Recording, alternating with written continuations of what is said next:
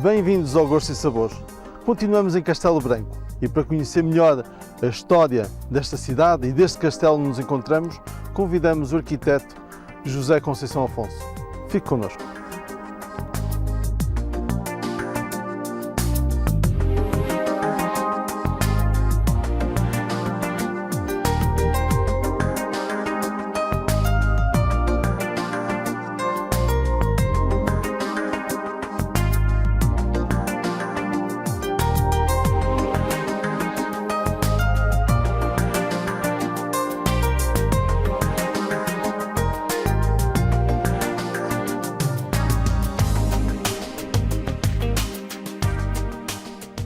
Sr. Arquiteto, muito obrigado por ter aceitado o convite para estar connosco aqui neste castelo, em Castelo Branco, onde tudo está começado. Foi aqui que os templários se instalaram e foi aqui que a cidade começou. Obrigado, chefe Hélio, pelo convite. Pois foi efetivamente aqui no castelo que em 1214, no cimo do Monte da Cardosa, o grão-mestre dos Templários, Pedro Alvito, iniciou a construção aqui do castelo, da Alcáçova, e a partir daqui também as muralhas da cidade. Em 1361, dentro das muralhas, em 1361, o rei Dom Pedro I, o rei de Inês de Castro, um pelo Édito de Elvas, fez uma separação das comunidades cristã, por um lado, e a comunidade judaica, por outro, obrigando que estas duas comunidades que até aqui viviam em conjunto, nas mesmas ruas, passassem a estar divididas, separadas, e pensa-se que desde aí, 1361, os judeus tenham desenvolvido o seu próprio bairro, bairro judaico, portanto Castelo Branco mais para norte, localizado para norte.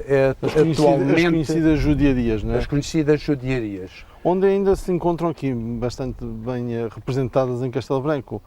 Há casas onde ainda se encontram o local onde se colocava o livro de Deuteronômio, não é? Sim, nós temos na Rua Dega, no número 10, vestígios de uma menorá, o candelabro de 7 braços, infelizmente deteriorado, e tentaram, não só o picaram, mas vê-se ainda nitidamente os braços, os sulcos na pedra. É uma relíquia desse período. Por outro lado, quando em 1492 se dá a vinda e a fixação massiva de judeus sefarditas expulsos de Espanha, toda essa massa de gente veio, e que já não cabiam na judiaria. Aliás, já o rei Dom Afonso V tinha reconhecido que era uma situação incomportável, dada e por isso respondeu um apelo dos judeus de Castelo Branco para que a judiaria pudesse ser alargada, mas em 1497, quando o rei Dom Manuel provocou a extinção das judiarias em Portugal e a extinção da existência de judeus em Portugal, a expulsão dos judeus, eles espalharam-se forçados, por um lado, à conversão ao cristianismo, mas espalharam-se por toda a cidade. Nós temos neste momento um inventário... Foi aqui nesta igreja de Santa Maria, onde também foram forçados Era aqui, ali na igreja de Santa Maria. E serem batizados.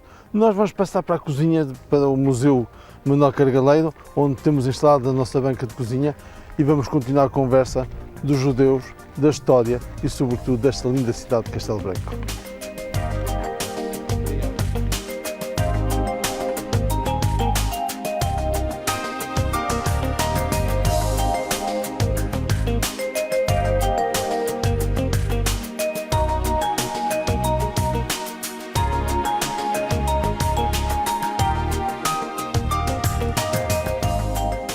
E para as receitas de hoje, para o esmagado de batata, vamos precisar de batata cozida, de chouriço, farinheira e toucinho fumado, concentrado de tomate e depois alho, que vamos usar também esmagado para este esmagado de batata, azeite e sal. Para o tornedó, que vamos fazer com queijo daqui desta região de Castelo Branco, pão ralado, o tornedó, a carne de vaca, o lombo de novilho, as ervas aromáticas, o sublinho, a salsa e o alecrim, alho, pimenta e azeite.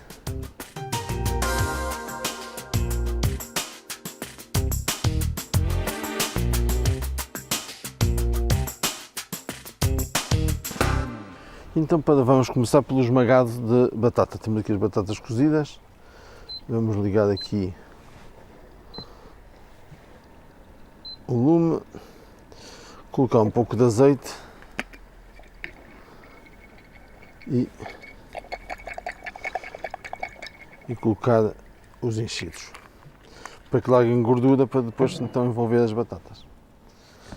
Eu sei que o Sr. Arquiteto é para além da profissão, também é um estudioso de tudo aquilo que se passa aqui ou se passou em tempos em Castelo Branco. E uma das curiosidades que me contou, que acho interessantíssima, que é a história do pão de ló e a sua ida para o Japão.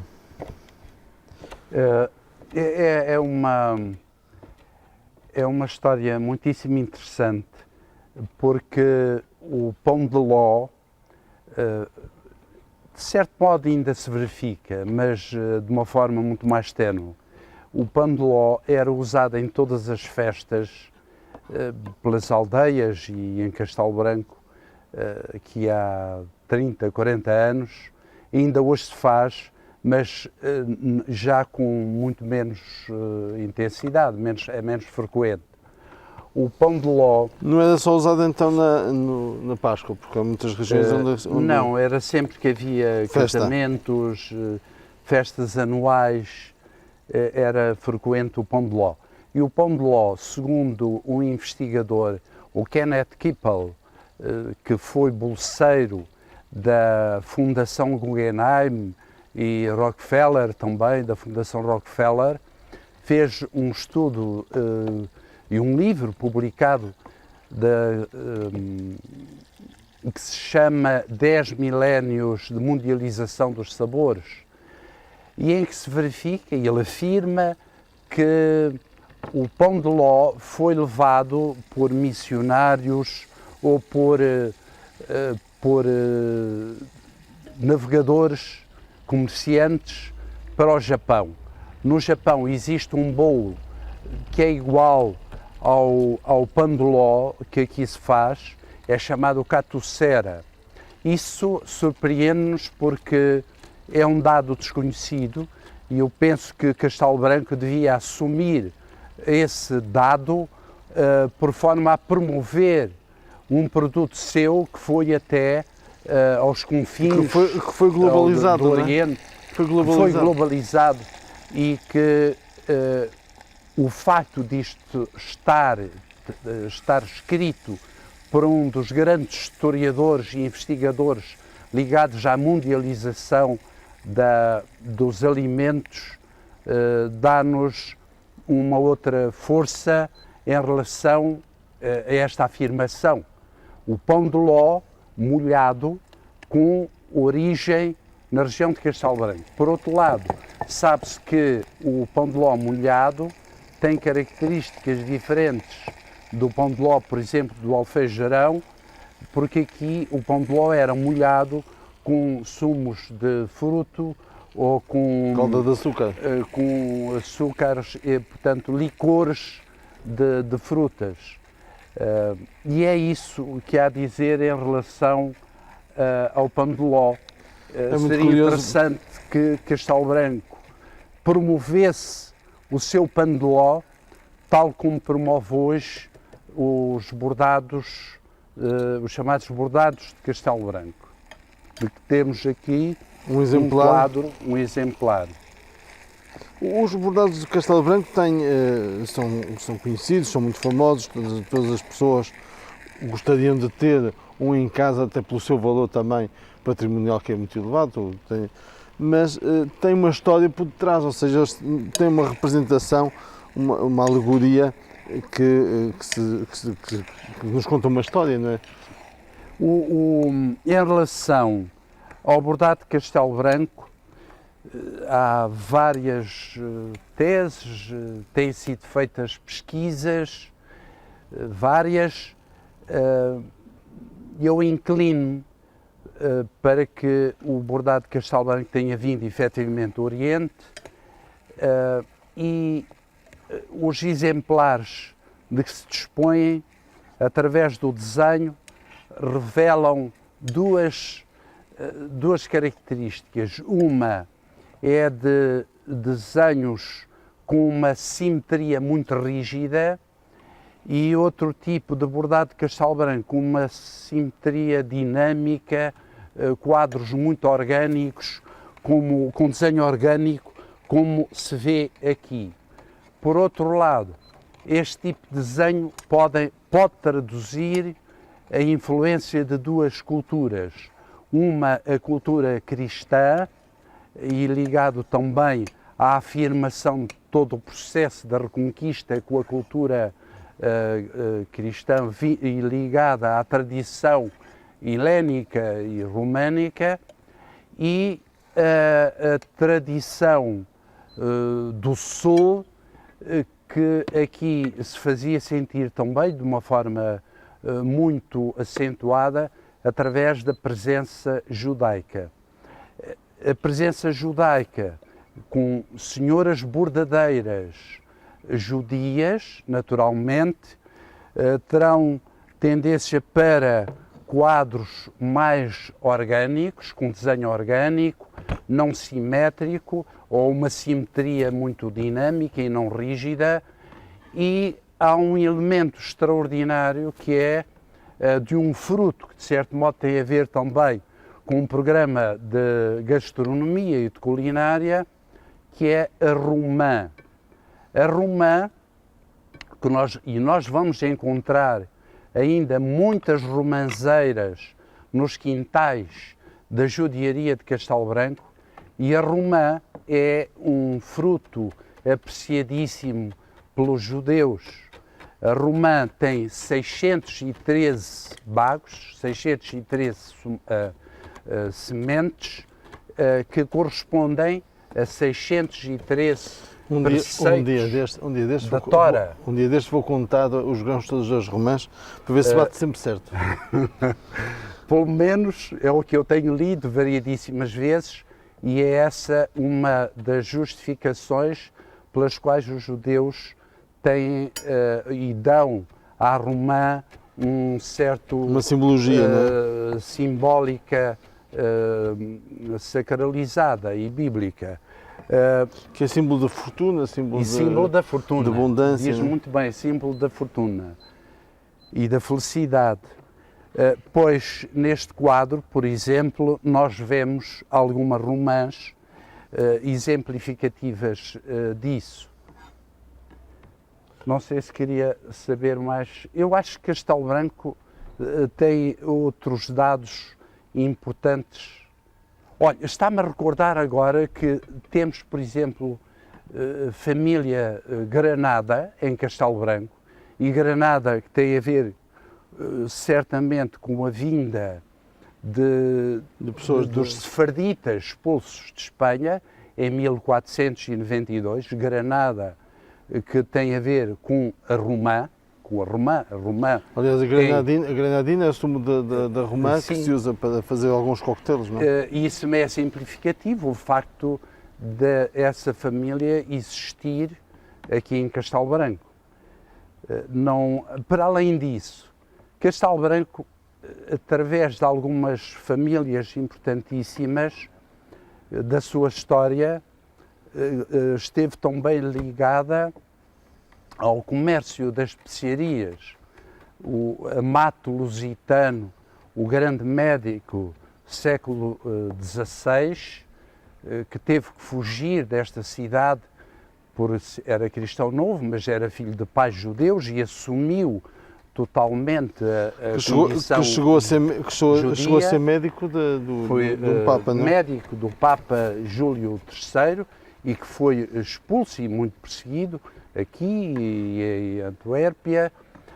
O próprio irmão foi morto pela Inquisição em Itália e eles estavam ligados à família, uma família que comercializava as especiarias. Era uma família riquíssima e ligada a uma das maiores banqueiras da Europa, Grazia Nasci, que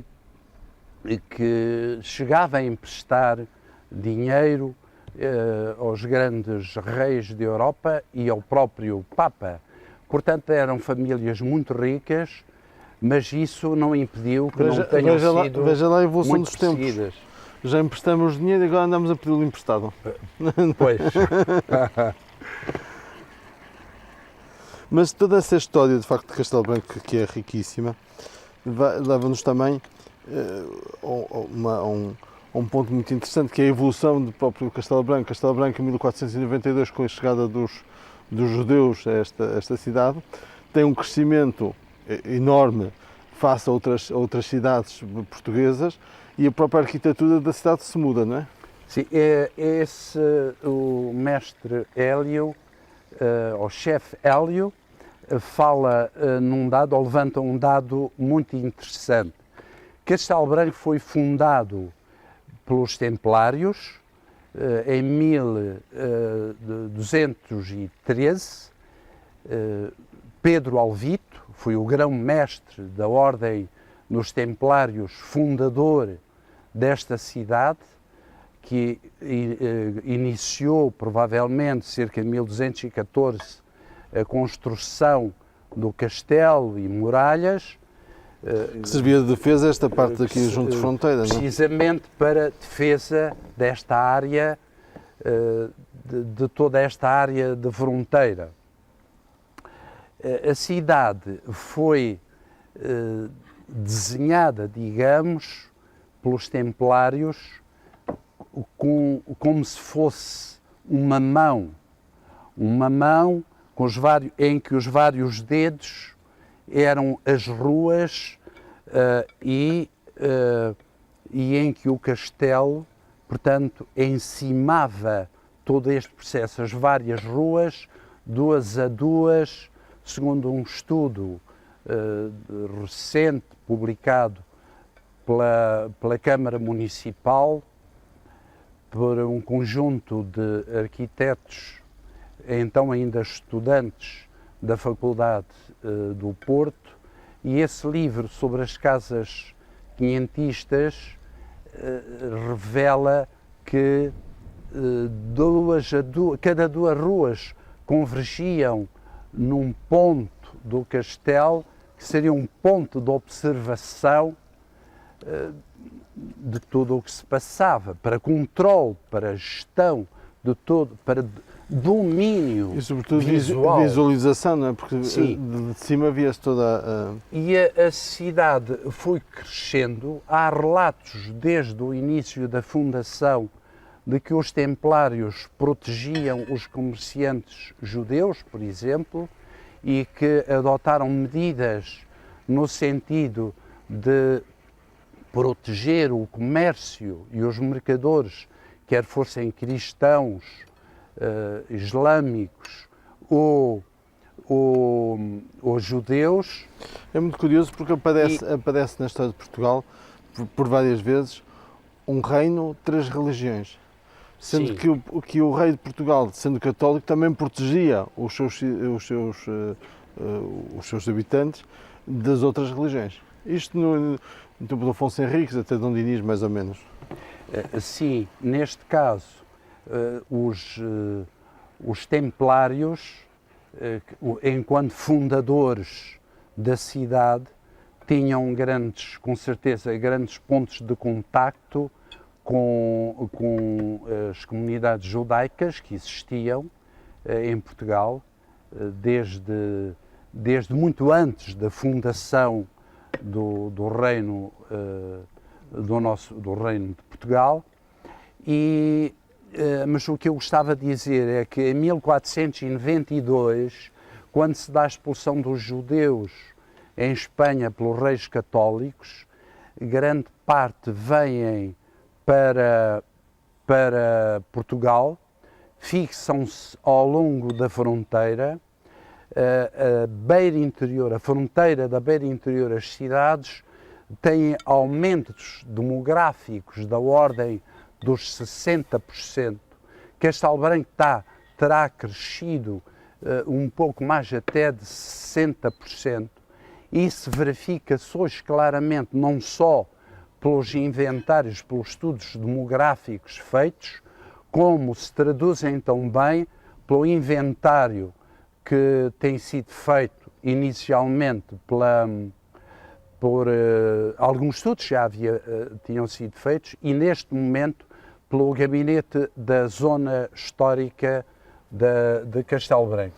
Nós vamos agora só terminar o empratamento e voltamos já à conversa, que está interessantíssima, sobre Castelo Branco, as suas origens, a sua história.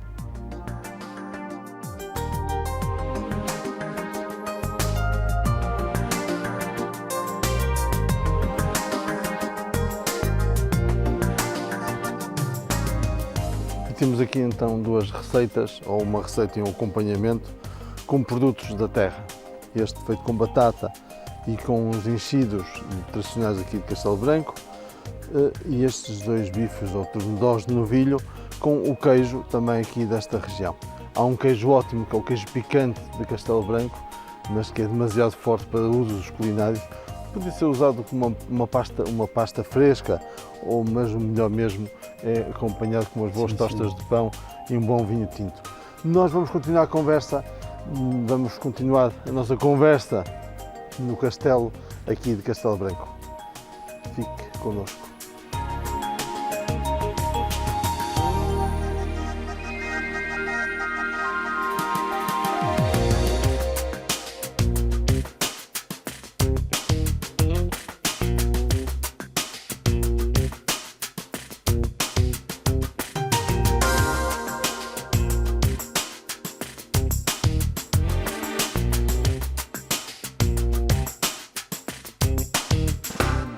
Sr. Arquiteto, hoje Castelo Branco cresceu, tem novos empreendimentos, tem novos prédios, mas há uma forte convicção desta Câmara Municipal em preservar o património do passado.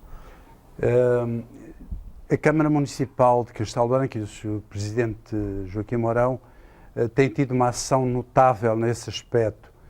Por um lado, já foi reabilitado cerca de 50% do perímetro das muralhas, o que é um trabalho notabilíssimo, e por outro lado, a Câmara tem vindo a adquirir casas no interior da zona histórica, já cerca de 55 casas, e iniciado um processo de reabilitação através de um gabinete para a zona histórica, que estamos de facto a trabalhar nesse sentido. Estão muitos projetos em curso e algumas casas já recuperadas e reabilitadas.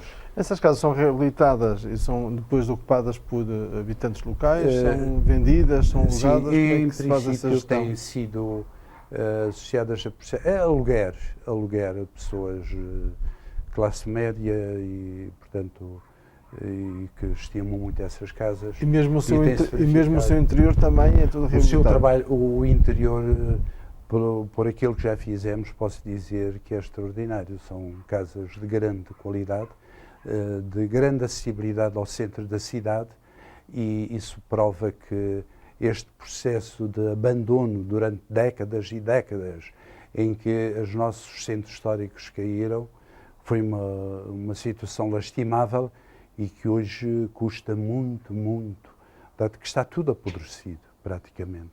Mas esse trabalho está a ser recuperado e reabilitado. Fica o convite feito para vir até Castelo Branco, não só ver a beleza desta cidade, não só encontrar a história nas suas judiarias e nos seus bairros cristãos, mas sobretudo também provar a boa gastronomia desta localidade. O convite fica feito, também fica feito o convite para o próximo programa aqui em Castelo Branco.